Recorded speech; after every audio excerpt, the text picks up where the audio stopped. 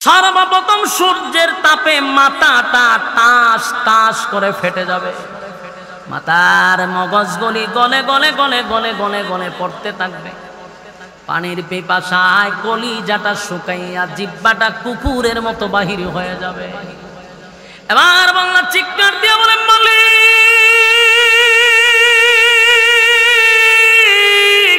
পানি দেন, আমারে পানি দেন, কলিজাটা শুকাইয়া আমার একেবারে শুকায়া গেছে, দেন না একটু পানি দেন, কলিজাটা ঠান্ডা করি। এমন চিৎকার দেওয়া শুরু করছে। ফেরেশতারা কয় এত চিল্লাচিল্লি করস কা, সুজয়া খার। এতক্ষণ তো তারা সম্মান দিছে, ভিআইপি ছিল, এখন সে সাধারণ খাতারও দাঁড়াইছে। এখন হয়ে গেল সাইলেন্ট, বেশি চিল্লাচিল্লি করে ফিডায় ট্যাঙ্গের সঙ্গী বেঙ্গেলাম, আওয়াজ কম দে। হয় ভাই আমার পানি দেন, পানি কি চাইলি পাওয়া যায়? এখানে পানি খাইতে গেলে কম পক্ষে 500 বছরের ইবাদত লাগবে, 1 গ্লাস পানি। সুবহানাল্লাহ, তাই ক বছর ইবাদত করছে? এক গ্লাস পানি খাইতে ইবাদত লাগে কত বছর? 500 বছর। এমন ভাবে কলিজা শুকাইছে, পানির জন্য পাগল হয়ে গেছে। জিজ্ঞার দেয়, আমার 500 বছরের ইবাদত যদি লাগে, আমি পানি খাইতেছি। চিৎকার দেওয়া শুরু করলো, পানি পানি পানি বলে। তখন তারে 1 গ্লাস পানি দেওয়া হয়েছে, বিনিময় হলো 500 বছরের ইবাদত। পানিটা যখন পান করছে, তখন তো দেখি এত পিপাসার মধ্যে 1 গ্লাস পানি কি তার তৃষ্ণা নিবারণ হবে? তৃষ্ণা নিবারণ হয় নাই। কলিজা পাটা পিপাসার মধ্যে 1 গ্লাস পানি তার কলিজা ভিজেও নাই। এখন পানি পান করার পরে আবার চিৎকার শুরু করছে, আমারে পানি দাও পানি দাও পানি দাও। কয় এখন আরো 500 বছর ইবাদত আসেনি তার ইবাদতের অ্যাকাউন্টে কোনো কিছু না, সব খালি। আল্লাহ বলেন, বান্দারে জাহান্নামে লইয়া যা, এর তো কিছু নাই। এখন কই যাব? 1 গ্লাস পানি দিয়া তার সব শেষ। বেড়াগিরি যে করছিন, ইবাদত করছে, অন নাই অ্যাকাউন্টে বিন্দু পরিমাণ ইবাদত। অন কই যাব? জাহান্নাম। তেরে ঠাই না দূরে লই জানা যা, জাহান্নামে যা।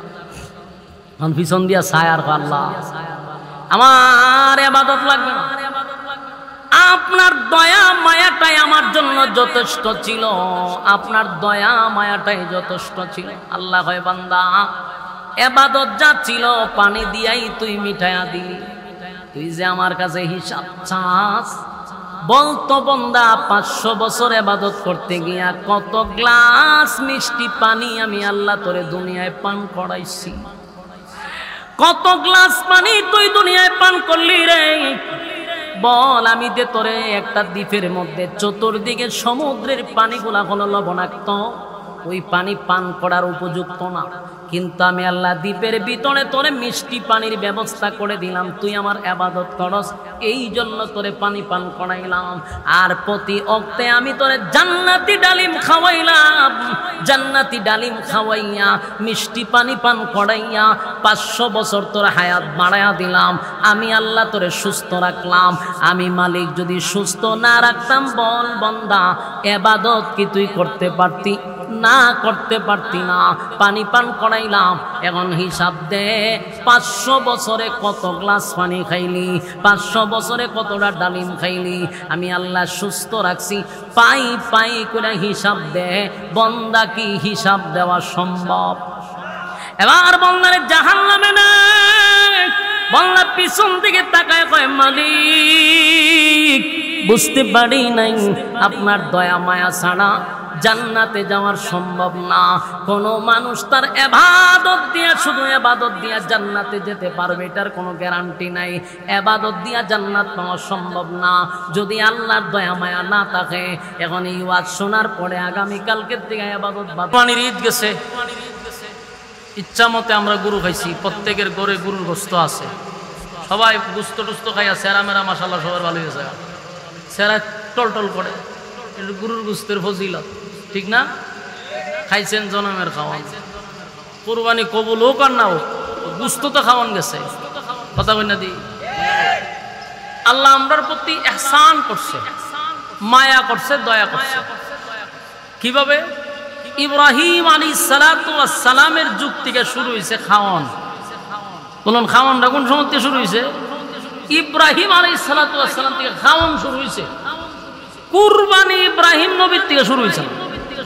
আমরা এতটুকুই জানি যে ইব্রাহিম আলাইহিস সালাম থেকে কুরবানি শুরু, ইসমাইলকে ফালাই দিছে আর এখান থেকে কুরবানি শুরু হয়েছে। বিষয়টা কিন্তু এরকম না। কুরবানি আদম নবীর থেকে শুরু হয়েছে। সমস্ত নবীর আল্লাহর রাস্তায় কুরবানি দিছে, কিন্তু খাওয়ানটা শুরু হয়েছে ইব্রাহিম নবীর থেকে। আর এটা আমাদের প্রতি আল্লাহর একটা দয়া আর একটা মায়া। এটা একটু সামনে আমার আলোচনা শুনলে বুঝতে পারবে কি পরিমাণ দয়া করছে। কিন্তু কুরবানি শুরু হয়েছে আদম নবীর থেকে। আমাদের এই বিষয়গুলো একটু জানা দরকার। আদম আলাইহিস সালাতু ওয়াস সালাম ছিলেন প্রথম মানুষ, প্রথম নবী, ঠিক না? উনার যুগ থেকে কেমনে কুরবানি শুরু হইল? উনার ঘরে যে সন্তান আসতো একজন করে আইতো না, জোড়ায় জোড়ায় আসতো। একটা ছেলে একটা মেয়ে, একটা ছেলে একটা মেয়ে, এইভাবে জোড়ায় জোড়ায় আসতো। অনেক জায়গায় বলা হয়েছে প্রায় 80-র উপরে জোড়া আছে। দেখেন তো কেন সুবহানাল্লাহ আছে থাকলে কইবেন 80 জোড়া আছে। আপনি সুবহানাল্লাহ কইতেন না, দেখেন কিতা কইবেন, নাউজুবিল্লাহ কইবেন। 80 জোড়া উপরে। তো একটা ছেলে একটা মেয়ে কইরা জন্ম নিত। তো আদম নবীর সময় শরীয়ত ছিল আপন বোনকে বিবাহ করা জায়েজ। আর এখন আমরা আপন বোনকে বিয়ে করেন যাবনি সব বাইরে মারলে ঘুমাচ্ছে। আপন বোনকে বিবাহ করা তখন জায়েজ ছিল। জায়েজের মধ্যে আর একটা নিষেধাজ্ঞাও ছিল।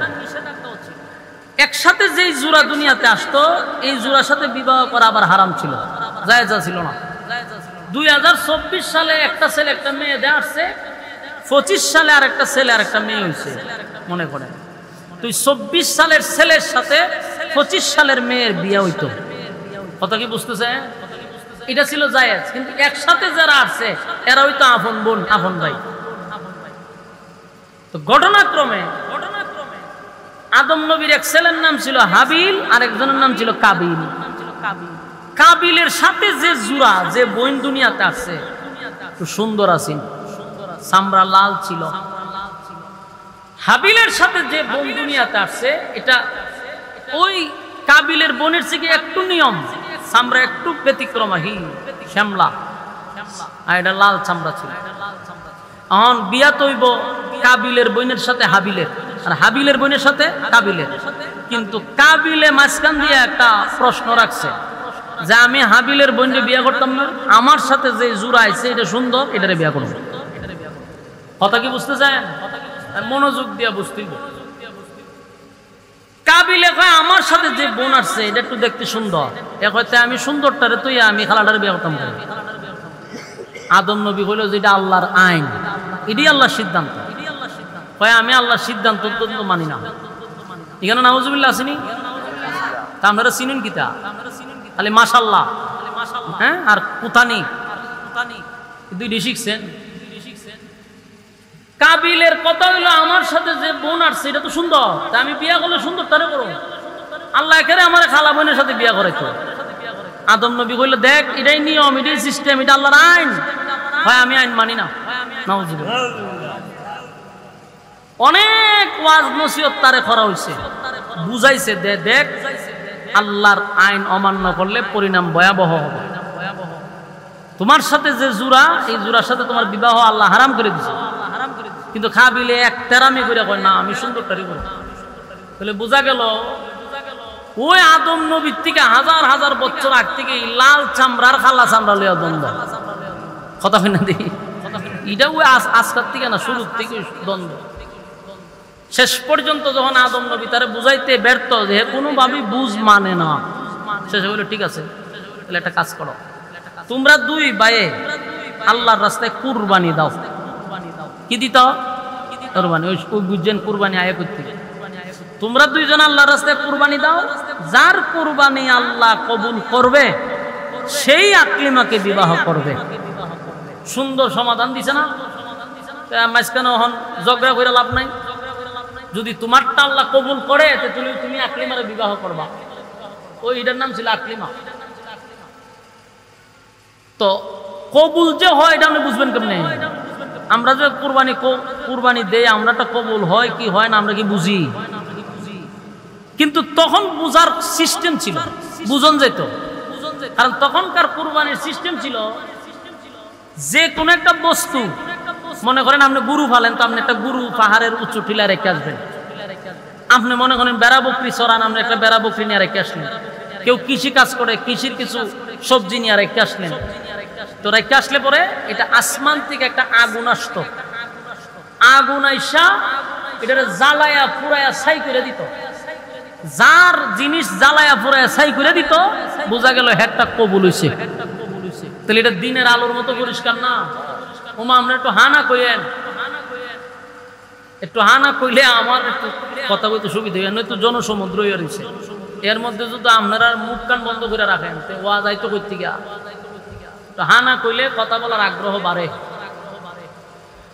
তো এখন চিন্তা করেন, এটা তো দিনের আলোর মতো পরিষ্কার, আগুনটা ফুইরা লাইছে, বাস বুঝা লাইছে যে এটা আমারটা কবুল হইছে। যারটা ফুটতো না একটা কবুল হইতো না, ওই সময় সিস্টেমই আছে। তো দুই ভাই কাবিলে করতো কি, এতে করতো কৃষি কাজ, সবজি টবজি ফলন করে করতো। ওখান থেকে সবজি কিছু আইন না রেখেছে পাহাড়ের উঁচু টিলায়। আর হাবিলে বেড়া বকরি চড়াইতো, সেখান থেকে সবচেয়ে সুন্দর পুষ্টবাষ্ট দীক্ষা একটা বকরি ওখানে রেখে আসছে। বিকাল বেলা আসমান থেকে আগুন আইসা ওই হাবিলেরটা ফুরাইয়া জ্বালাইয়া শেষ করে দিছে, আর কাবিলেরটা আগুনে পুড়ে নাই। তখন কবুল হইছে কারটা? হাবিলের কোরবানি কবুল হইছে। এই কথাটা কিন্তু আমার না, আল্লাহ এই কথাটা এত বছর আগের কথা, আজম নবীর সময় কিতা হয়েছে আমরা কেমনে জানলাম? হইলে আল্লাহ কোরআনের মাধ্যমে এই কথাগুলি জানাই দিছে। এই কথাগুলো কি আমরা জানার কথা? কিন্তু এই কথাগুলি আল্লাহ জানাইছে নবীর কাছে, আমরা জানতে পারছি। আল্লাহ বলেন, وَاتْلُ عَلَيْهِمْ نَبَأَ ابْنَيْ آدَمَ بِالْحَقِّ إِذْ قَرَّبَا قُرْبَانًا فَتُقُبِّلَ مِنْ أَحَدِهِمَا وَلَمْ يُتَقَبَّلْ مِنَ الْآخَرِ قَالَ لَأَقْتُلَنَّكَ قَالَ إِنَّمَا يَتَقَبَّلُ اللَّهُ مِنَ الْمُتَّقِينَ।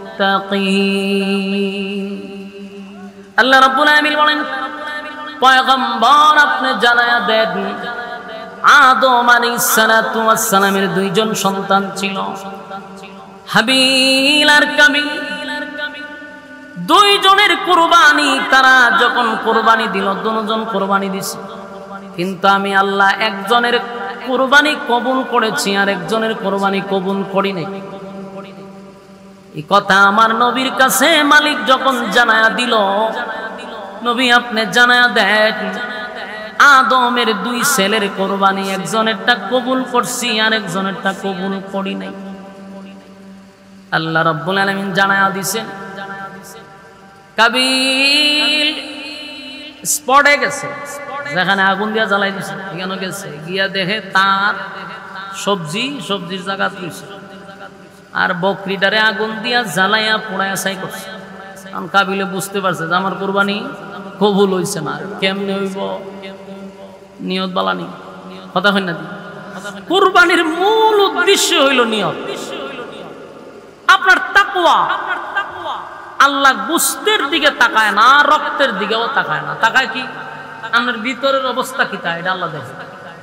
বলুন তো দি, কাবিলের কি আল্লাহর রাজি খুশি করালে কুরবানি দিছে না? বললে গিয়া সুন্দর বউ উদ্দেশ্য করে কুরবানি দিছে, প্রথমে নিয়ত বালা না, তো কবুল হইব কেমনে? কাবিলের মেজাজ গেছে গরম হইয়া, হ্যাঁ আমার তো এমনি বিয়ে হইতেছে না, আমার সুন্দর বোনটারে হাবিলে বিয়া করব, কেমনে আমি সহ্য করি? আবার বাবায় শর্ত দিছে, কুরবানি যদি কবুল হয় গো তারপরে আমার কাছে বিবাহ দিবে। এখন তো কুরবানিও কবুল হয় নাই, তার মানে আমার কাছে বিবাহ দিবে না, এটাই চূড়ান্ত সিদ্ধান্ত। মেজাজটা গেছে গরম হইয়া। মেজাজ যখন গরম হয়েছে, হাবিলের কাছে গিয়া কয়, ভাই কুরবানি তো তোর কবুল হয়েছে। বলা হ। বলে বিয়া তো তুই করবি? বলা হ। তাহলে মাইরালাম তোরে না মারা পর্যন্ত লাল চামড়ার বউ আমি খাইতাম না, মাইরিলাম তোরে। আমি চিন্তা করেন, কই থেকে কই গেছে মাইরা লেবার সিদ্ধান্ত নিছে। হিংসা মানুষকে কতটুকু ভয়ানক রাস্তায় নিয়ে যায় চিন্তা করছে। ইতা আসেনি লাল চামড়া লেগে মারামারি হয়নি, মাইরা লাই। আপনি একটা মেয়েরে পছন্দ করেন, এটার মধ্যে আরেকজনের টুকুর দিছে, হেরে টুকুর দিল, হেরে আপনি মেরে নিছেন, মাইরা হেও মরল আর আপনি যাবজ্জীবন জিয়াল। মাঝখান দিয়ে হেবেডি আরেকজনের সাথে গেছে। বাস্তব না বাস্তব? কত বড় মাথা মোটা চিন্তা করে। তুই যে আরেকটারে মাইরা লইলে, তোর লই গেল পুলিশে, হে গেল জাহান্নাম, আর তুই জেল, আর তুই যারা লেগে মাইর করছ এটার আরেকবার লই গেছে। দেশ ওইরকম হচ্ছে কিনা? অহরহ হইতেছে। কয়েক বছর আগে দেখছেন না, একটা লাল চামড়ার লেগে দুইটা ছেলে মরিয়া লগা। ওই যে মিন্নি যেটারে নিয়ে তুই সাইড দেওয়ালের ভিতরে, এটারে তখন ফাঁসি দিছেই না, কয় ফাঁসি দিব, দিছে না। এটারে ফাঁসি দেওয়ার দরকার ছিল, একটা মেয়ের জন্য দুইটা ছেলে শেষ। এই লাল চামড়া লিয়া এক মাইয়ারে বিয়া করে লিছে দুই বেড়ায়। এই দুটা লাগছে মারামারি লাগে, একটা কোবাই লিছে, সেইটারে পুলিশে ক্রস ফায়ার করে মারি লিছে, তাইরে লই গেছে জাল। শেষ নি জিন্দেগি এই লাল চামড়া লই। কাবিলে কয় আমি তোরে মেনে। তখন হাবিলে বলে যে ভাই আপনি আমার মারবেন কেন? এটা কোনো যুক্তির কথা? কুরবানি কবুল করছে আল্লাহ, আমারটা আপনারটা কবুল করছে না, তাইলে কি আপনি আমার মেরে নেবেন? এটা কোনো যুক্তির কথা? কোনো যুক্তি মুক্তি আমি বুঝি না, তোরে মেরিলাম। হাবিলে কইতেছে قال لأقتلنك قال إنما يتقبل الله من المتقين। আল্লাহ তো মুত্তাকিনের কুরবানি কবুল করে। যারা মুত্তাকি তাদের কুরবানি আল্লাহ কবুল করে, তাই আমারটা কবুল করছে, আপনার কুরবানি কবুল করে নাই। এলে আপনি আমার মারবেন কেন? তোরে মাইরা লেলে রাস্তা ক্লিয়ার। কথা কি বুঝতেছেন? এরপরে যখন মারার সিদ্ধান্ত নিছে গা, তখন মারার সিদ্ধান্ত নিছে পরে হাবিল তো নম্র ভদ্র, আল্লাহরে মানে, আল্লাহরে ভয় করে, এই জন্য বাইরে নসিহত করতেছে। কি নসিহত? আল্লাহ কোরআনে বলেছে لئن بسطت إلي يدك لتقتلني ما أنا بباسط يدي إليك لأقتلك إني أخاف الله رب العالمين। হাবিল বলতেছে, ভাই আমার, আপনি যদি আমারে হত্যা করার জন্য আমার দিকে আপনি হাত তুলেন, আপনি যদি আমারে মারার জন্য আমার উপরে হাত তুলেন, আমি কিন্তু উল্টাইয়া আপনার উপরে হাত তুলব না। কি সুন্দর কথা কইতেছে। আপনি তো আমার মারতে আসবেন। হাবিলেরও শরীরে শক্তি কম ছিল না। কিতাবে লেখছে যে কাবিলের থেকে হাবিলের শক্তি একটু বেশি ছিল, স্বাস্থ্য সুঠাম দেহের অধিকারী ছিল, চাইলে হেরো নাক মাক বুতা করে নিতে পারত, দুই একটা দিলে এও সাইজ যেত। কিন্তু হাবিল সুন্দরভাবে ওয়াজ করতেছে যে আপনি আমার যখন হত্যা করার জন্য হাত তুলবেন, চাইলে তো আমি দুই একটা আপনারা বসাই দিতে পারি, কিন্তু আমি দিব না। لئن بسطت إلي يدك لتقتلني ما أنا بباسط يدي إليك لأقتلك إني أخاف الله رب العالمين। হাবিল বলেন, আপনি যদি আমার মারার জন্য আপনার হাত আমার দিকে অগ্রসর করেন, ভাই আমার, আমি আপনার দিকে হাত তুলব না, আপনার উপরে আমি হাত তুলব না। আমারে যদি মারেন আমি উল্টায় দিব না। তার কারণ হলো আমি আমার মালিকরে ভয় করি। বলুন হাবিল কারে ভয় করে? হাবিল বলেন আমি আমার আল্লাহকে ভয় করি, আমার মালিকরে ভয় করি। আমারে যদি আপনি মারেন আমি উল্টাইয়া আপনার উপরে কোনো আঘাত করব না। তার কারণ হলো আমি আমার মালিকরে ভয় করি। আল্লাহরে ভয় করার কারণে আমি আপনার উপরে প্রতিবাদ করব না। তার মানে হাবিলের ভিতরে মালিকের ভয় ছিল, এই জন্য সে উল্টায়া দেয় নাই। আল্লাহর ভয় যার ভিতরে আছে সে কি মানুষ হত্যা করতে পারে? জেনা করতে পারে, ব্যভিচার করতে পারে, টেন্ডারবাজি চাঁদাবাজি করতে পারে না, কারণ তার ভিতরে মালিকের ভয় আছে। এইজন্য আল্লাহ বলেন ইয়া আইয়ুহাল্লাযীনা আমানুত্তাকুল্লাহা হাক্কা তুকাতিহ, হে ঈমানদারেরা আমারে ভয় করো। কেমন ভয়? ভয় করার মতো করো, তাহলে তুমি আর গুনাহ করতে পারবে না। হাবিলের ভিতর আল্লাহর ভয় ছিল, কাবিলের ভিতরে মালিকের কোনো ভয় ছিল না। তার ভিতরে একটাই উদ্দেশ্য, আমি আমার বোনটারে বিয়া করতে হবে। বোনটারে যদি বিয়া করি তাহলেই তো আমি হেরে যদি সাইজ করি তাহলে রাস্তা কি? রাস্তাটা হবে ক্লিয়ার, রাস্তা ক্লিয়ার হয়ে যাবে। তাই আল্লাহর ভয় তার ভিতরে না থাকার কারণে আল্লাহর আইন অমান্য করে সে আগায়া গেছে তার বাইরে মারার জন্য, বাইরে মারার জন্য গেছে। কিন্তু ভাই তারে নসিহত একের পর এক করতেছে, কিন্তু হে ইডার বুঝে না। শেষে তা বলতেছে, হাবিল বলতেছে ইন্নী উরিদু আন তাবুআ বিইসমি ওয়া ইসমিকা ফাতাকুনা মিন আসহাবিন নার ওয়া যালিকা জাযাউয যালিমিন। তুমি যদি আমারে মানো, আমারে যদি তুমি হত্যা করো, আমার যত পাপ আছে, আমার যত গুনাহ আছে, সব গুনাহগুলি লইয়া হাসরের মাঠে তুমি দাঁড়াইতে হবে। আমার গুনাহ সহ, তোমার পাপ সহ এগুলা লইয়া হাসরের মাঠে দাঁড়াইতে হবে। তুমি এমন একটা অবস্থায় যাইবা, জালিমদের অন্তর্ভুক্ত হয়ে যাইবা। এই জন্য দেখবেন পৃথিবীতে যত হত্যা হবে, যত মারামারি, এর একটা অংশ কাবিলের আমল নামায় অটোমেটিক ঢুকবো। কথা হন ঠিক নেই? অ্যাকাউন্ট যেহেতু সে খুললে তুইছে, এটা অটোমেটিক এটার ভিতর থেকে ঢুকবে। হাবিলে বুঝাইতেছে, ভাই আমারে যদি তুমি হত্যা করো, আমারে যদি তুমি মারো, তাহলে জেনে রাখো আমার গুনাহটা সহ কিয়ামতের কঠিন ময়দানে আল্লাহর সামনে তুমি দাঁড়াইবা। আমি তোমার গুনাহ লইয়া আমি তোমার উপরে হাত তুলব না। এই জন্য আমার গুনাহ লইয়া আমি যেন আল্লাহর সামনে না দাঁড়াই, তুমি আমার গুনাহ তোমার গুনাহ লইয়া দাঁড়াইবা। এই যে ওয়াজ করতেছে, কাবিলের খানে তা জানে ভাই, যে এত মজার মজার কথা কয়ে তারা বুঝাইতেছে, কিন্তু ওয়াজ নসিহত তার খানাতে ঢুকতেছে না। কেন জানেননি? শয়তানে লড়াইতেছে। শয়তানে কি করতেছে? শয়তানে এটা লড়াছাড়া করে। এ তো ওয়াজ উঠলো কেমন? ওয়াজ কি সবার খানাতে ঢুকেনি? কথা কই না দিন। ওয়াজ যদি সবার খানে দিয়ে ঢুকতো, বাংলাদেশের সর্বপ্রথম আল্লাহর ওলি তো মাইকম্যানরা। মাইকম্যান সব আল্লাহর ওলি তো, গেছেন দাঁড়ি না এর মুখ মুইতে হে পানি লয় না।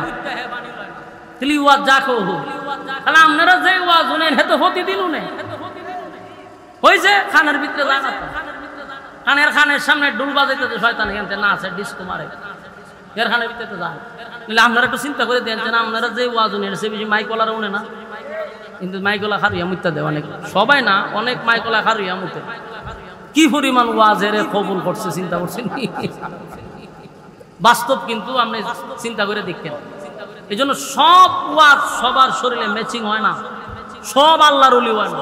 এই যে এত ওয়াজ নসিহত সারা বাংলাদেশে চলতেছে, গুনাহ কমছে না বাড়ছে? বাড়ছে। গুনার প্রতিযোগিতা চলতেছে, কে কত গুনাহ করবে এটা প্রতিযোগিতা হয়।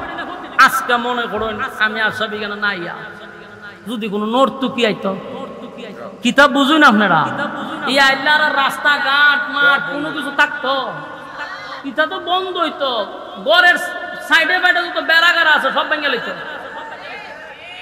জ্যামের ছুটে এখানটা ঢুকতে আমাদের ঠেলা মারতো, ফুসকুনি করতো, আবার উঠতো। মানুষ চতুর্দিকে ছাদে মাতে গাছের ডালে মালে সব কানো। আর মুরব্বিটি হইতে রে চেয়ারটা সামনে রাখিস, হ্যাঁ আরো লারা মারে হতো, বয়াবি যে তুই চেয়ার সামনে রাখিস কেন? কারণ গুনাহ যেখানে, প্রতিযোগিতা সেখানে। আর ওয়াজ নসিহত তাইলে এর উপরে ঠাড়া পড়ে, এর কোমরও ব্যথা, এর সর্দি, তে শরীরে বালানার এই আজকে দেখতাম না। কত অজুহাত দেশে দেখাইব, এটার কোনো হিসাব নাই। আর যদি নর্তকী আইতো হের যদি কোমরে ঠাডাও পড়তো, তিনজনের দিয়া মনে করেন কোমরে জাতা দিয়া কোমর সোজা করলি তো, ঠিক নি? এরপরে হইতো যে আমার চেয়ারটা সামনে লইতে নর্তকী যে নাচে নাইলে দেখুন কেমন। এর মূল কারণ গুনাহের দিকে মানুষ বেশি দাবিত, প্রতিযোগিতা গুনাহের চলে। জান্না রে কেন? গুনার কারণে মানুষের কলব মরে যায়। গুনাহ করতে করতে একটা পর্যায়ে তারে ওয়াজ নসিহত আর ধরে না। আমার কথা বুঝতেছেন? এই বলাই ওয়াজ নসিহত ধরওয়াজ কি করতেছে, যদি কথা কও, কথা বুঝেন, মনোযোগ। অনেক মানুষ দেখবেন এর ওয়াজ নসিহত আর ধরে না। কেন ধরেন? এর কলব মরে গেছে না, এর কলবের মধ্যে আল্লাহ মর মাইরে দিয়েছে। যেমন আবু জাহিল্লারে আল্লাহর রাসূল স্বয়ং নিজে ওয়াজ করছে, কাম হইছে না। এত ওয়াজ আর কোন সাহাবীও শুনছে না, যেই ওয়াজ শুনছে আবু জাহিল্লা, কাম হইছে নি? কেন হইছে না? মোহর মাইরে দিছে। আল্লাহ যেন আমাদের কলিজায় মোহর না মারে, এই জন্য দিনের রাস্তায় ফিরে আসেন। আগাম কোহমার কতদিন চলবো? বুড়া মরে এখন আগে না, এখন জোয়ান মরে আগে, বুড়া মরে পরে। আপনি ভালো করে একটু গবেষণা করে দেখেন, ভালো করে গবেষণা করে দেখেন, ইন্টারনেটে চার্জ দেন, দিয়া দেখেন এখন বৃদ্ধ মরে কম, জোয়ান মরে বেশি। প্রতিদিন মরণের হার যুবকদের বেশি। হয় ব্লক হয়ে গেছে, নাহলে স্ট্রোক হয়ে গেছে, নাহলে এমনি গেছে, খাইতে গেছে, শীতে গেছে, কেরে স্টক করে নিছে। তোমার যদি বয়স দিয়ে 40 হয়েছে না, স্টক করে নিছে। 18 বছরে এর ওই জায়গা লাইফ ডায়াবেটিস, তের প্যারালাইসিস, তের স্ট্রোক। আমার জন্য আনসার সাহেব ভাই বই রয়েছে, বয়স 70-এর উপরে, ডায়াবেটিসও নাই। মাশাআল্লাহ, ডায়াবেটিসই বলে নাই। কেন? এরার গুনাহ কম, আমরার গুনাহ বেশি। এরার মোবাইলের গুনাহ নাই। আমরা হারার আকাম তুফান দিয়ে পিএইচডি করে ঘুমাই, এর ঘুমই ধরে ফজরের সময়, তে হেরে দর্তনাতে কেমনে? এই জন্য গুনাহে মুরব্বী যারা যারা কিন্তু গুনাহ কম, মোবাইলের গুনাহ নাই, নাচানাচির গুনাহ নাই, মোবাইল কি তো বুঝুই না এরা। আর আমরা মাশাআল্লাহ সুট্টু ফুলা বানাই, হেও সব বুঝে। আমার একটা বাতিজা একটা শুরু বালা করে কথা টথা কইতে না, তে দেখি একদিন মোবাইল এমনি এখন মিনা কার্টুন, আমি কি তারে মিনা কার্টুন কই করে দাঁড়ানে দিয়ে মিনা কার্টুন কয়েছি রে, হ্যাঁ মিনা কার্টুন আয় পড়ছে। অথচ হ্যাঁ বালা করে কথা কইতে পারে না। আমি এটা দেখতে কইটা কিয়ামতের আলামত। এই ফুলাই কেমনি বুঝতো যেখানে কইলে এটা আয় পড়ে। আরেক বাতি যায় হেও দেখি মাশাআল্লাহ ওইটা দাঁড়ে নিয়ে নিয়ে কইলে সবাই ইউটিউবে কইলে আয় পড়ে। ইডিয়ে এই ফিচ্ছেডিয়ে এখন পর্যন্ত বুঝা লাগছে। এই বুঝ কিন্তু এই মুরব্বির নাই, বাস্তব বোঝেন অবস্থা। আমরার গুনাহ বেশি, এরার গুনাহ কম। আমরার 25 বছর এবার আগে আমরা চোখে জাপসা দিই, ঘটনা কিতা চোখ গেছে গা, আমরা কিডনির সমস্যা, হেমাদা সমস্যা, এইখানটা সমস্যা। আর এই বুড়ার এরার গিয়ে দেখেন চশমা ছাড়া এখন এরা কোরআন ঠিক করে। বাস্তব না বাস্তব? কেন? এরার চোখের গুনাহ কম, আমরা চোখের গুনাহ বেশি। আমরা তো পিএইচডি করে বইছি গুনাহ। এই জন্য সম্মানিত সুধী, গুনাহ থেকে বাঁচতে হলে একটাই আমাদের কাজ হবে, এটা হলো আমাদের ঈমানকে আরো শক্তিশালী করতে হবে। যার ঈমান যত দুর্বল, এরা শয়তানে গুতায় বেশি, এরা লড়াই বেশি। বাস্তব না বাস্তব? তো হাবিলে যে কাবিলে ওয়াজ করতেছে, খানাদা ঢুকতেছে না। কেন ঢুকতেছে না? শয়তানে তারে এত উত্তেজিত করছে, উত্তেজিত হইতে হইতে এক পর্যায়ে দেখবেন দুর্ঘটনা ঘটাইল। মানুষের যখন বেশি রাগ উড়ে গুসা করে তখন একটা দুর্ঘটনা ঘটায়। কথা কই না দি? দুর্ঘটনা ঘটে কোন সময়? অতিরিক্ত রাগ গুসার কারণে, ঠিক কিনা? যেমন আমার কাছে ফোন আয়ে, বিশেষ করে প্রবাস থেকে এত ফোন আয়ে, প্রতিদিন কিছু না কিছু ফোন আইব, খান্না কাটির ফোন। ফোনটা রিসিভ করলে হুজুর 5 মিনিট এ ডেক রয়ে খান দে। আমি বলি ভাই খান্দা বাদ দেন না, কিতা ঘটনা কিতা? হুজুর তাহি বিদেশ হুজুর বউয়ের সাথে একটু ঝগড়া হয়েছিল, গুসার ছুট হুজুর আমি কইয়া লইছি, 3টা কইয়া লইছি, অন বউ আছে না গেছে। আমি তোরে আধা ঘন্টা যদি জুতাদা বাড়ি থাকতাম, আমি তুই ঘটনা ঘটাই আমার কাছে ফোন দিয়া কথা আছে না গেছে। কোনা হুজুর এটা তো রাগ কইরা কইছি। কিতা কইরা কইছে? রাগ কইরা কইছে, মানে তার মানে সন্দেহ আছে গেছে না এটা। আর আমাদের দেশে দেখবেন কুসংস্কার, কিছু সর্দার আছে, সর্দার বুঝুননি, বিচার যে করে মাতব্বর, এরা গ্রামের মধ্যে একটা নোংরা পলিটিক্স করে কি, যদি এরকম একটা কেস হয়, এরা মাত থেকে মাসির আদর তখন বাড়ে। বাদ দেবাদ এটা বলছে, এটা আমরা দেখতেছি গুসার সুরে 3 কথা কইছে, বাচ্চা কাচ্চা আছে, সংসার বাঙ্গন আর মসজিদ বাঙ্গন সমান, এটা একটা মিলাই দিলে একটা ব্যবস্থা করে দিলাম। এ বলে সর্দার, কথা বুঝতেছেন? এই সর্দারেরা নিচে আখামের লাইসেন্স দিয়া দিত, যখন লাইসেন্স দিয়া দেয় এরা দুটা আবার আখাম করে, তখন এটার করে যা হয় একটা হালাল জাদা হয় না, সব হারাম জাদা হয়। আর এইভাবে সমাজে অনেক হারাম জাদা দুনিয়াতে আসছে। এই হারাম জাদাগুলা যখন বড় হয় তখন এগুলা কোরআনের বিরুদ্ধে কথা বলে, আলেমদের বিরুদ্ধে কথা বলে, আল্লাহর আইনের বিরুদ্ধে কথা বলে। 100% কোনো না কোনো দুর্ঘটনায় দুনিয়ায় আসছে, বাস্তব না বাস্তব? তবে জানি না রাখেন সর্দাইরা আর মাতব্বইরা এই যে মিলাইয়া দিছেন যে ডিআইব হারাম জাদা হইয়া দুনিয়াতে বাইটি যত আহাম কোহাম করবো, সর্দাইরা তুই খবরও গেল এটি খাইবে। অ্যাকাউন্ট খোলা দুমসে ডুববো, রিসার্চ দুমসে ডুবতেছে, তুই হঠাৎ করে দেখবি যে অ্যাকাউন্টে এত ঢুকলো কেন, বলে ও টুডু খাইয়া দিছে। তুই যে ব্যাংক খুলে আইছস তুই মরে গেছ গা, কিন্তু তোর খবর অটোমেটিক রিসার্চ হইতেছে বিদ্যুৎ গতিতে। সাবধান। আমরা কাছে ফোন দিয়ে আসি কান্নাকাটি করে, তা আমি কইলাম ভাই আচ্ছা কোন চায় আপনার নিয়ত কিতা, মানে আপনাকে হাসতে হাসতে কইলে তালা কইলে না হুজুর গুসা কইরা, আমি তো গুসা কইরা কইছেন তো বুঝলাম, তা আপনার কিতা মনে হয় আপনি কিতা নাচতে নাচতে হাসতে হাসতে ডং করতে করতে টাকা কইলিছেন এটা তালাক হয়? তালাক তুমি তো গুসা করি দে, যখন যখন তালাক কেমনে দে, রাগ করে দে না। হে আবার আমার জিগায় যে রাগ করে দিছিলাম, কথা বুঝতেছেন? রাগ কইরা তালাক দিলে যদি তালাক না হয় তো কেমনে হয়? আচ্ছা আমি আপনার একটা এক্সাম্পল দিই। পিস্তল একটা আতো লইয়া যদি আপনি ডান্স দেন, নাচেন, আর খুব হাসাহাসি করতে করতে আজকে মেরে দিচ্ছেন, মরবনি? এটা তো হাসতে হাসতে দিছে, গুলি করছে, নাচতে নাচতে গুলি করছেন, মরতে গেলে মরবনি? আবার যদি আপনি প্রচন্ড রাগান্বিত হয়ে তার বুকের মতো 4-5টা বয়া দেন, মরবনি?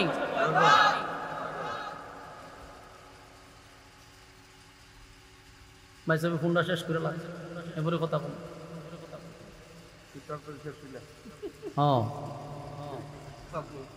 এখন কথা মনোযোগ দিয়ে শুনবেন।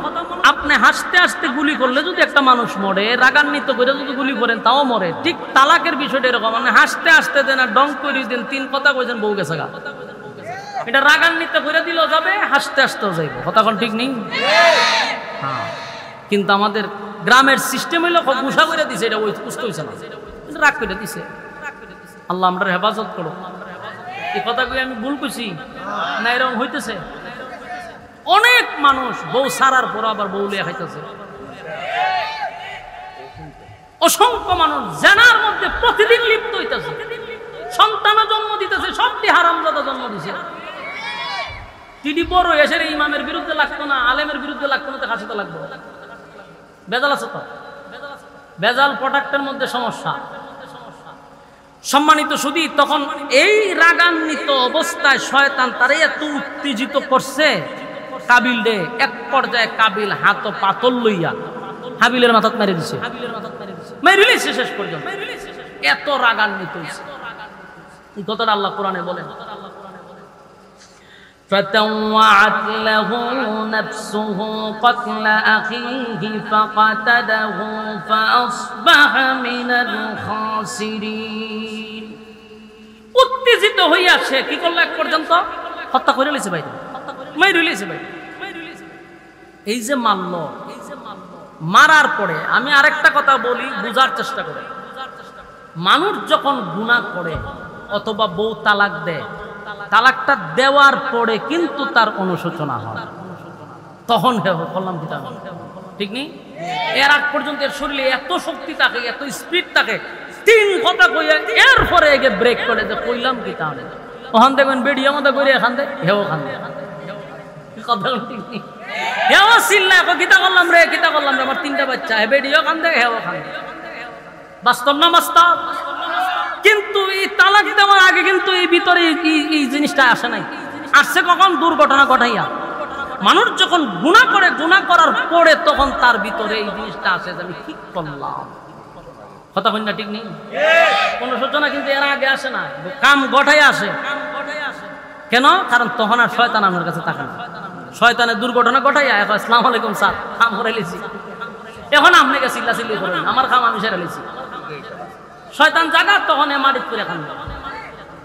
এই জন্য রাগান্বিত যখন হয় মানুষ, মাটির দিকে তাকাইয়া আউযুবিল্লাহ পড়তে থাকবেন, বুঝা লাগবেন যে আপনারা শয়তানে বর করে লিছে। যদি আপনার দুর্ঘটনা ঘটাইতে পারে শয়তান সাকসেস, আর আপনি যদি নিয়ন্ত্রণে থাকেন শয়তান ব্যর্থ হবে। কথা কই না দি?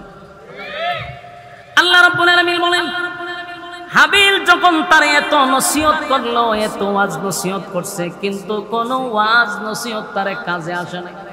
শয়তান তারে এতটা উত্তেজিত করছে রে, উত্তেজিত হইয়া কলিজার টুকরা বাইটারে সে হত্যা করছে। হত্যা করার পরে সে এখন আশ্চর্য হয়ে গেল, জানি কি করলাম, অনুশোচনা আসছে এখন, হায় হায় কি করলাম, আমি কি করলাম, আমি আমার কলিজার টুকরা বাইটারে নিজের হাতে নিয়ে আমি হত্যা করলাম।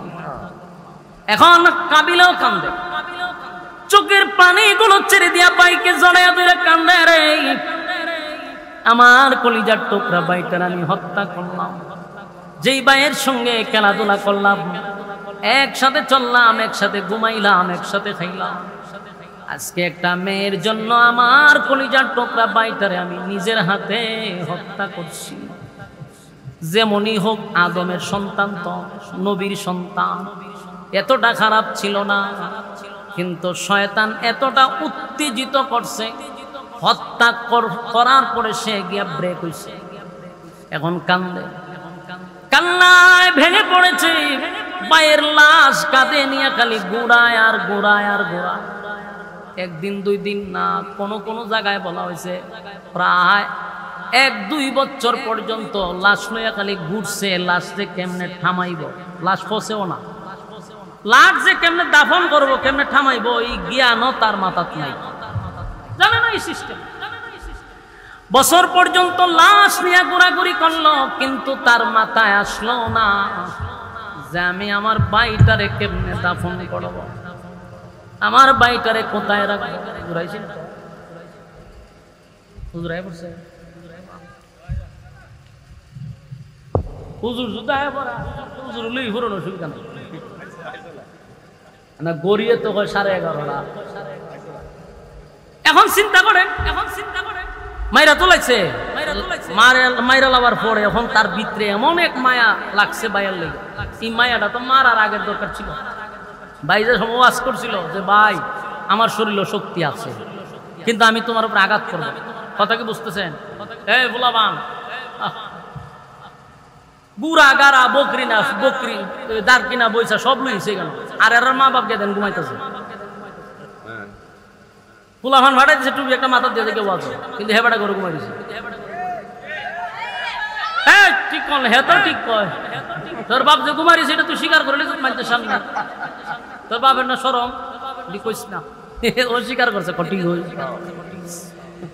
এখন দেখেন কাবিলের ভিতরে এখন তার ভিতরে বড় মায়া লাগছে, বাইরে লেগে যায়, আমি কামটা করলাম কিটা, আমার সাথে ঘুমাইছে, আমার বাইটা আমার সাথে খাইছে, আমার সাথে ঘুরছে, খেলছে, খেলাধুলা করছি, আমি নিজের হাতে বাইটারে মারলাম কেন?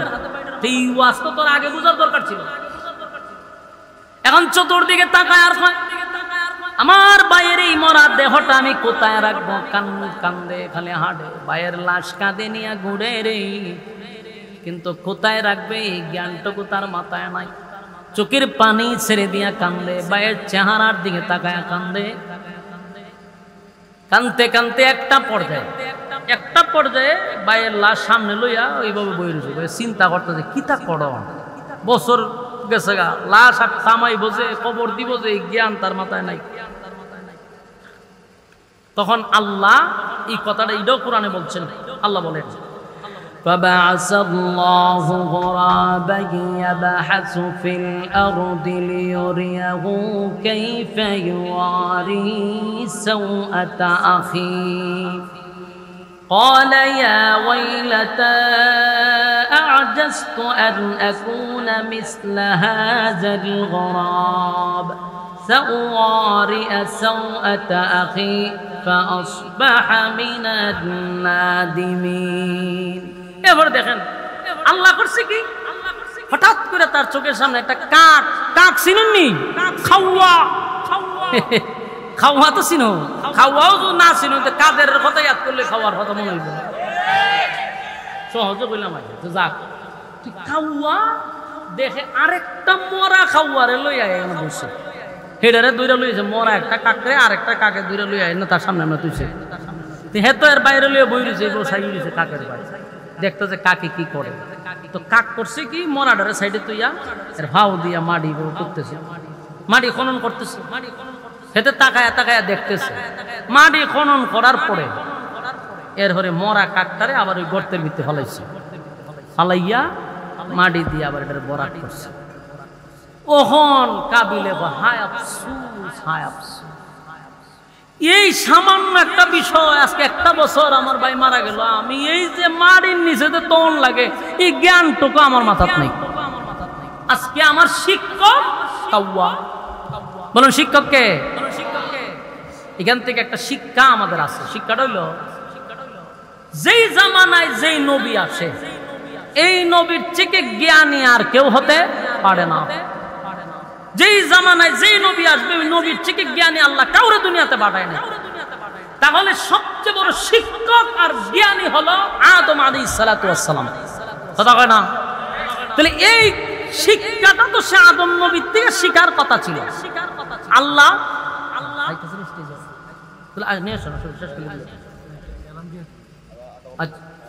না হুজুর আসে খাইছে না,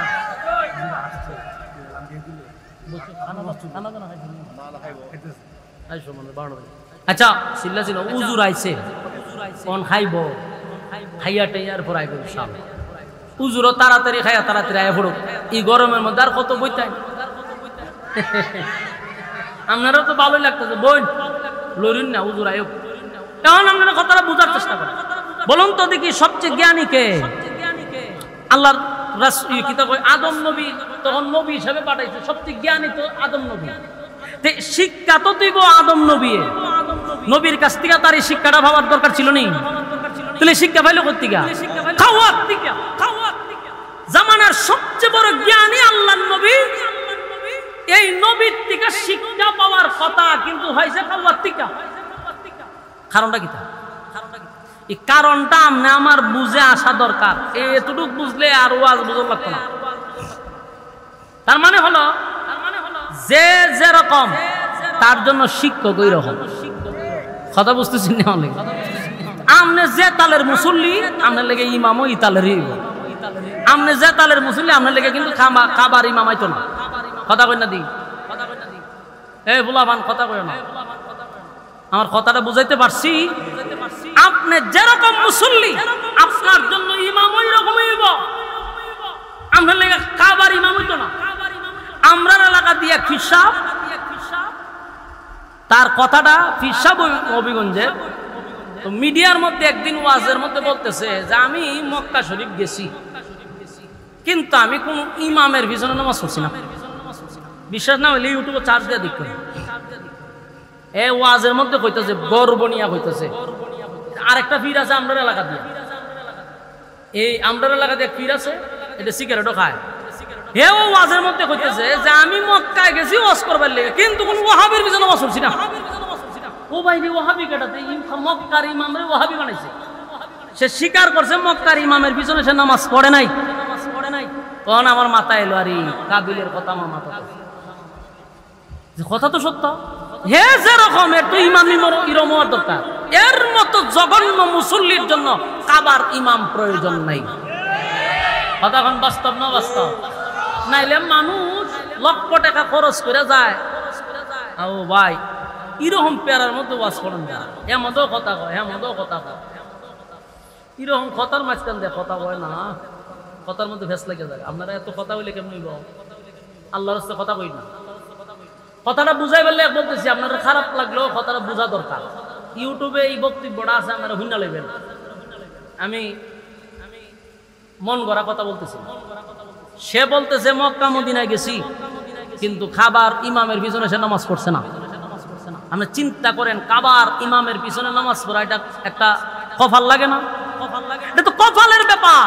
এটা যার কপাল বালা হে ওই কাবার ইমামের পিছনে নামাজ পড়তে পারে। কাবার ইমাম কি তোর মতো বিড়ি টানুন না? একটা কাবার ইমাম মানে গোটা পৃথিবীর ইমাম। এবং যেই সেই লোক কাবার ইমাম হতে পারে না, তোর মতো কত বড় কপাল পুরা বদনসিব, কাবায় যাওয়ার পরেও কাবার ইমামের পিছনে তুই নামাজ পড়ছত না। তোর কপাল তো আধা ঘন্টা জারু দা বেরেনি দরকার আছে। যেমন কপাল ফুরালে তুই দুনিয়াতে আইসত করে মইরা যাই কে তুই, তোরে পেট্রোল দিয়ে জ্বালালে অন দরকার। চিন্তা করছেন কথাটা? আবার গর্ব নিয়ে হইতেছে গেছি ঠিক হই, এটার পিছনে নামাজ পড়ছি না। বেটা কাবার ইমাম তো যেই সেই লুক হয় না। তোরা তো ঢাকা শহরের একটা বালা মসজিদে নামাজ পড়াবার যোগ্যতা নাই। সারাটা ঢাকা টুকাইও তোরা পাওয়া যাবে না, কারণ একটা ইন্টারভিউ দিয়ে ঢুকার মতো ক্ষমতা তোদের নাই, আল্লাহ তোরা দিছে না। সূরা ফাতিহা তোরা শুদ্ধ হয় না, ঠিক আছে? আবার খাবার ইমামের পিছনে নামাজ পড়ছে না, এটা গর্ব করে কয়। তো কেন?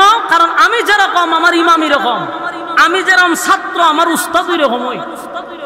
কাবিল যেমন দুষ্ট ছিল, তার শিক্ষক নবী হতে পারে না, তার শিক্ষক কাউয়া।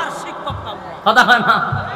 তার শিক্ষক আমরা দেশের অনেক নেতারা দেখবেন বুক ফোলায় হয়, আমরা মইরালা এখন মৌলবীদের জানাজা পড়ান লাগতো না, আমরা জানাজা আমরা লুকিয়ে পড়াইতে পারি। এরকম বক্তব্য দিয়ে একজন মারা গেছে। মারা যাওয়ার পরে দেখি আর জানাজা পড়াইছে পাকিস্তান থেকে একটা দাড়ি মারি নাই, কিছু নাই। এজন জানাজা পড়াইছে, আমরা কই যেমন মুর্দা এমন ইমাম। মাশাআল্লাহ মিলছে। কারণ তোর মতো মুর্দার জানাজা ভালো আলেমের দরকার নাই, এই তোর মতো আরেকটা দরকার। আল্লাহ মিলাইও দিছে। বাস্তব না বাস্তব?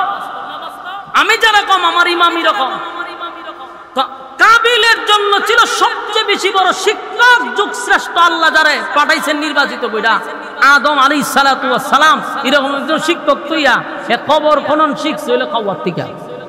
কেন? আল্লাহ আদম নবী দিয়া তারা শিক্ষা দেয় নাই, আল্লাহ খাওয়ারে বাড়াইছে শিখ বালা করে। কেন? অহংকার। ভিতরে কি?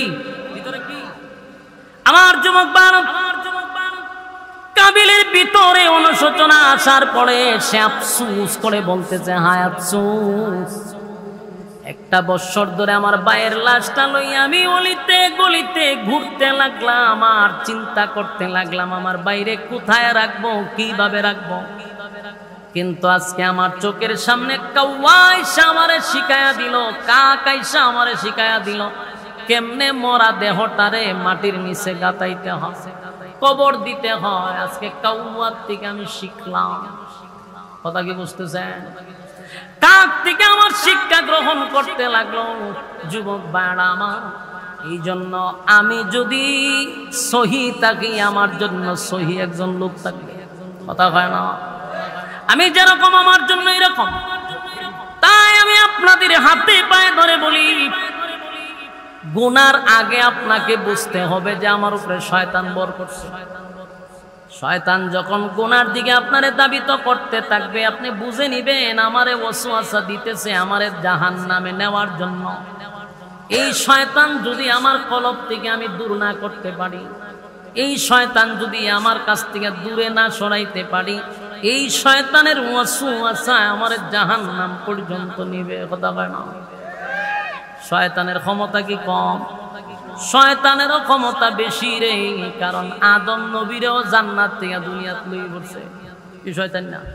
কি তো মনে করেন এর পাওয়ার কি কম? বড় নাটক করতে পারে শয়তান। আপনাকে এমন ভাবে উত্তেজিত করবে, তখন আপনি নিজে নিজে শুরু করবেন ইস্তেগফার শুরু করবেন, আর বুঝবেন আমার শয়তান ধোঁকা দিতেছে। শয়তান থেকে বাঁচার জন্য আমার মালিক আমাদেরকে অস্ত্র দিছে। শয়তান থেকে বাঁচার লাগিয়া, শয়তান হলো আমাদের প্রকাশ্য দুশমন। এই দুশমনকে মারার জন্য, দুশমনের সাথে যুদ্ধ করার জন্য অস্ত্র তো দিছে। অস্ত্র তুই আপনি কাজে লাগাইতে পারতেছেন না, আপনি সাথে সাথে পড়তে থাকেন আস্তাগফিরুল্লাহ আস্তাগফিরুল্লাহ পড়তে থাকেন, লা হাওলা ওয়ালা কুওয়াতা ইল্লা বিল্লাহ পড়তে থাকেন। দেখবেন শয়তান আস্তে আস্তে আস্তে আমরা রাগ টাগ সব পানি হয়ে যাবে। পারবেন না ইনশাআল্লাহ? পারবেন না ইনশাআল্লাহ? কারণ শয়তানের সাথে যুদ্ধ করাটাও একটা ইবাদত। কথা হয় না? ইবাদতের মাধ্যমে যেমনি ভাবে আল্লাহর প্রিয় হওয়া যায়, ঠিক তেমনি ভাবে শয়তানের সাথে যুদ্ধ করে যদি আপনি নেক আমল করতে পারেন, এটা আল্লাহর কাছে আপনার গ্রহণযোগ্যতা বাড়বে। কথা হয় না? আমার যুবক ভাইরা, কাবিল কিন্তু আল্লাহর ভয় না থাকার কারণে, আল্লাহর ভয় না থাকার কারণে এত ওয়াজ নসিহত কাবিল করলো রে। কিন্তু তার কানে ওয়াজ ঢুকলো না। ভাই তারে এত বারবার ওয়াজ করলো, ভাই আমার কোনো দোষ নাই, আল্লাহ মুত্তাকিনদের কুরবানি কবুল করে থাকে, আমার কুরবানি আমার মালিক কবুল করছে, আপনার কুরবানি মালিক কবুল করে নাই, এখানে আমার কোনো দোষ নাই, আপনি কেন আমারে হত্যা করবেন? এরপরও কাবিল হাবিল বলল, আপনি যদি হত্যা করার জন্য আপনার হাত আমার দিকে বাড়ান, ওয়াদা দিলাম আমার হাত আপনার দিকে আমি বাড়াবো না। এইভাবে তারে ওয়াজ নসিহত করছে, কিন্তু তার কানে ওয়াজ ঢুকে নাই, হত্যা করেই ফেললো। একমাত্র কারণ হলো তার ভিতরে হিংসা। কথা হয় না? হিংসা হলো আমার সুন্দর বোনটার এসে বিয়া করবে, এটা বরদাস্ত করতে পারে নাই। আমাদের ভিতর থেকে অহংকার হিংসা দূর করার দরকার আছে না নাই? কথা হয় না? আমরা 5 ওয়াক্ত নামাজ পড়ি, রোজা রাখি, হজ করি, যাকাত দেই, কুরবানি দেই, সব ঠিক আছে, কিন্তু আমার ভিতরে কি আছে? হিংসা, অহংকার।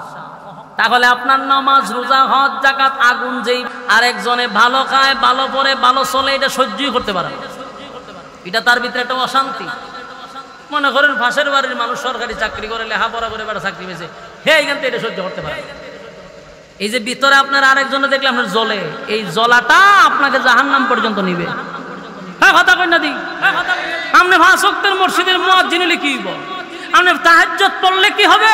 আপনার ভিতর বালা না, আপনার মানুষের বালা দেখতে পারেন না। আর বালা যদি না দেখতে পারেন, বুঝবেন যে আপনার ভিতরে গন্ডগোল আছে। আপনার আমল, আপনার ইবাদত সব আগুনে যেভাবে কাঠ জ্বালায় সব বরবাদ করে দিবে। শুধু ইবাদত দিয়া কি জান্নাতে যাওয়া সম্ভব? কথা কয় না? শুধু ইবাদত দিয়া জান্নাতে যাওয়া সম্ভব না। ইবাদত দিয়া জান্নাতে যাওয়া যদি সম্ভব হইতো, আল্লাহর নবী বলেন, উম্মতেরা রে, বনি ইসরাইলের একজন ব্যক্তি ছিল যে 500 বছর ইবাদত করছে। কত বছর? 500 বছর ইবাদত বন্দেগী করলো একটা দ্বীপের মধ্যে বইয়া। দ্বীপ বুঝুননি? কিতান দেখো, চতুর্দিকে পানি, মাঝখানে একটা চর, এটার নাম হলো দ্বীপ। অনেক পরে কথা কয়, আগে তো দ্বীপটা বুঝতেই পারবে। সেন্ট মার্টিন গেছেন নি? কেউ গেছে না, চিন্তাও না। এরকম মনে করেন নদীর মাঝখানে অথবা সাগরের মাঝখানে যে বালু কেন জমে না, দেখবেন এই মাঝে গর্ত তুলে তোরা হয়, এটারে দ্বীপ কয়। তো একটা দ্বীপের মধ্যে একজন লোক 500 বছর ইবাদত করছে। আল্লাহ রাসূল সাহাবীদেরকে বলতেছে যে 500 বছর ইবাদত করতে গিয়ে তার একটা গুনাহও নাই। দেখুন তো সুবহানাল্লাহ, 500 বছর ইবাদত করছে, কি নাই? একটা গুনাহও নাই। তো এই একটা গুনাহও নাই 500 বছর ইবাদত করে। আল্লাহ রাসূল কয়, এই ব্যক্তিটা একদিন আল্লাহর দ্বারে দোয়া করছে, তো মালিক আপনি আমারে মৃত্যুর সময় সেজদারত অবস্থায় মৃত্যুটা দিবেন, সেজদারত অবস্থায় আমার মৃত্যু দিবেন, কিয়ামতের কঠিন ময়দানে যেন আমি সেজদার থেকে মাথা উঠায় আপনার সামনে দাঁড়াইতে পারি। সুবহানাল্লাহ। যেই ব্যক্তিরা 500 বছর আমার মালিকের ইবাদত করলো রে, একটা গুনাহ করলো না, এই লোকটা যদি আল্লাহর কাছে দোয়া করে, বুঝেননি দোয়া কবুল হইব, ডাইরেক্ট দোয়া কবুল হয়ে গেছে। লোকটা মৃত্যুর সময় সেজদারত অবস্থায় মৃত্যুবরণ করছে। সুবহানাল্লাহ। আল্লাহর নবী বলেন, কিয়ামতের কঠিন ময়দানে ওই লোকটা সেজদার থেকে মাথা উঠাইব আর আল্লাহর সামনে দাঁড়াইব। আল্লাহ রাব্বুল আলামিন এই লোকটারে দেখার পরে ফেরেশতাদেরকে উদ্দেশ্য করে আল্লাহ বলবেন, ফেরেশতারা রে, এই বান্দাটা আমার 500 বছর ইবাদত করলো, একটা গুনাহও আমার বান্দা করে নাই, আমার বান্দাটারে আমার দয়া মায়া দিয়া জান্নাতে ঢুকায়া দে। কথাটা মনোযোগ দিয়ে শুন, আল্লাহ কি কইছে? দয়া মায়া দিয়া বান্দারে জান্নাতে ঢুকায়া দে। এই লোকটা ছিল বনি ইসরাইলের লোক। জানেন না, রাখবেন বনি ইসরাইল কিন্তু মারাত্মক জাতে কি ছিল? ও বনি ইসরাইলি ছিল।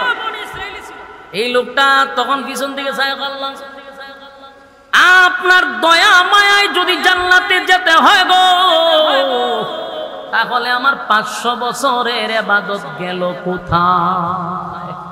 যাতে কিতা বনি ইসরাইল আল্লাহ কয় আরে দয়া মায়া করে জান্নাত দে, আরে তে ফিসা দেখা রিয়া কয় তে দয়া মায়া করে যদি জান্নাত দিবেন তা আমার আমল কাছে কই। এরপর আল্লাহ আবার বলতেছে এ ফেরেশতারা, এই বললাম 500 বছর ইবাদত বন্দি করতে গিয়ে একটা গুনাহ করে নাই গো। আমার বন্দাটারে আমার দয়া মায়া দিয়া বন্দারে জান্নাতে ঢোকায়া দে। কিন্তু যাতে কি বনি ইসরাইল আবার পিছন দিকে তাকায়া কয় মালিক দয়া মায়ায় যদি জান্নাত পাওয়া লাগে গো, 500 বছরের ইবাদত বন্দেগী আমার কোথায় গেল? এখন আল্লাহ কয় আচ্ছা তুই 500 বছরের ইবাদত চাস না আমার কাছে? বলে হ্যাঁ। তে লাইনো দাঁড়া, দাঁড়া লাইনো, সুজা জান্নাত দিছান তোর ভালো লাগে। তুই তো যাতে বনি ইসরাইল, এটা তো আমার জানা আছে। তেনে খারো লাইনো খারো, এরা যে লাইনো খারা করছে জানেন নি কত বছরের লাইন? ওই একটা কইতে পারেন, ওই ওয়াজ করতাম গুরুস্থানে বইছে আমি ওয়াজ করতাম। হ্যাঁ কথা বুঝুননি, লাইনও যে দাঁড় করাইছে কত বছর? 50,000 বছর। এরপরও সুবহানাল্লাহ, এটা আনসার হিসাবের এলাকা যদি আসে এই অবস্থা হয় আপনার আর তো কই তো মুর্দার সামনে ওয়াজ করলে তো কবরতে 2-3 জন হারিয়ে গেল ওই লোকখানে। এরপর আপনার খবর নাই। আমি এমন একটা মুসিবত আছে আপনার তারে আল্লাহ সুদা দিছে জান্নাত, কথা বুঝতেছে? কিন্তু হে কিতা কও দয়া মায়া না, আমার 500 বছর ইবাদত কর। 2 বার হওয়ার পর আল্লাহ হয়তো লাইনও খারো, লাইনও যারা দাঁড় করাইছে জানেনি কত বছর? 500 বছর। খারো লাইনও দাঁড়ানির মানে হিসাব কিতাব দিয়ে এর পরে যা। এখন সে লাইনও দাঁড়াইছে, ওই যে 500 বছরের ইবাদতের ভিতরে একটা অহংকার ঢুকছে। এর লেগে কইছি অহংকার জীবন শেষ করে আলা। এর ভিতরে তকব্বুরি ঢুকছে, আমি 500 বছর ইবাদত করছি, আমার একটা গুনাহ নাই। এটা বেড়াগিরি দেখাইতেছে। আল্লাহ দিছে রে দয়া মায়া করে জান্নাতে, এখন আমার ইবাদত কর। আল্লাহ খারো তুই ইবাদতের হিসাব লাইনও খারো, লাইনও খারি এর হিসাব দিতে তো দিছে তার। এখন লাইনও খারাপ করে, এখন লাইনও যে দাঁড়াইছে সূর্য কই আছে? সূর্য লাইনে আছে নিচে, হাসরের মাঠে সূর্য কই থাকবো? এখন আছে কোথা? এখন আছে কমপক্ষে 9 কোটি 30 লক্ষ মাইল উপরে। এরপর তাপ সহ্য করতে পারতেছি না। কথা কই না তুই? আজকে যে রুদ্র গেছে সর্বনাশ, সর্বনাশ বুঝা গেছে আমরা সৌদির মাড়ায় পড়ছি। এই পরিমাণ রুদ্র দিছে, অথচ এই সূর্যটা বর্তমান বিজ্ঞান বলে 9 কোটি 30 লক্ষ মাইল উপরে। সুবহানাল্লাহ। এরপর মাটি ফাইটা যায়, আর সেদিন মাত্র কয়েক হাত উপরে সূর্য হারা থাকবে। বুঝুন অবস্থাটা কি? লাইনও দাঁড়াইছে, সূর্য তার মাথার উপর। সর্বপ্রথম সূর্যের তাপে মাথাটা টাস টাস করে ফেটে যাবে, মাথার মগজগুলি গলে গলে গলে গলে গলে গলে পড়তে থাকবে। পানির পিপাসায় কলিজাটা শুকাইয়া জিহ্বাটা কুকুরের মতো বাহির হয়ে যাবে। এবার বাংলা চিৎকার দিয়ে বলে মালিক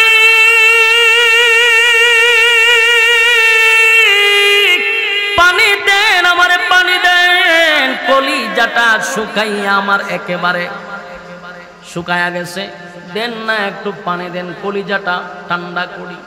এমন চিৎকার দেওয়া শুরু করছে। ফেরেশতারা কয় এত চিল্লাচিল্লি করস কা? সুজয়া করো। এতক্ষণ তো তারা সম্মান দিছে, ভিআইপি ছিল, এখন সে সাধারণ খাতারও দাঁড়াইছে। এখন হয়ে গেল সাইলেন্ট, বেশি চিল্লাচিল্লি করেন ফিডায় ট্যাঙ্গের ঠঙ্গি ভেঙে গেলাম, আওয়াজ কম দে। কই ভাই আমার পানি দেন। পানি কি চাইলি পাওয়া যাবে? এখানে পানি খাইতে গেলে কমপক্ষে 500 বছরের ইবাদত লাগবে 1 গ্লাস পানি। সুবহানাল্লাহ। তাই কত বছর ইবাদত করছে? 1 গ্লাস পানি খাইতে ইবাদত লাগে কত বছর? 500 বছর। এমন ভাবে কলিজা শুকাইছে, পানির জন্য পাগল হয়ে গেছে। জিজ্ঞাসা দেয় আমার 500 বছরের ইবাদত যদি লাগে, আমি পানি খাইতেছি। চিৎকার দেওয়া শুরু করলো, পানি পানি পানি বলে। তখন তার 1 গ্লাস পানি দেওয়া হয়েছে, বিনিময় হলো 500 বছরের ইবাদত। পানিটা যখন পান করছে, তখন তো দেখি এত পিপাসার মধ্যে 1 গ্লাস পানি কি তার তৃষ্ণা নিবারণ হবে? তৃষ্ণা নিবারণ হয় না। কলিজা পাটা পিপাসার মধ্যে 1 গ্লাস পানি তার কলিজা ভিজেও নাই। এখন পানি পান করার পরে আবার চিৎকার শুরু করছে, আমারে পানি দাও, পানি দাও, পানি দাও। কয় এখন আর আরো 500 বছর ইবাদত আসেনি তার ইবাদতের অ্যাকাউন্টে কোনো কিছু না, সব খালি। আল্লাহ বলেন বান্দারে জাহান্নামে লইয়া যা, এর তো কিছু নাই, এখন কই যাব?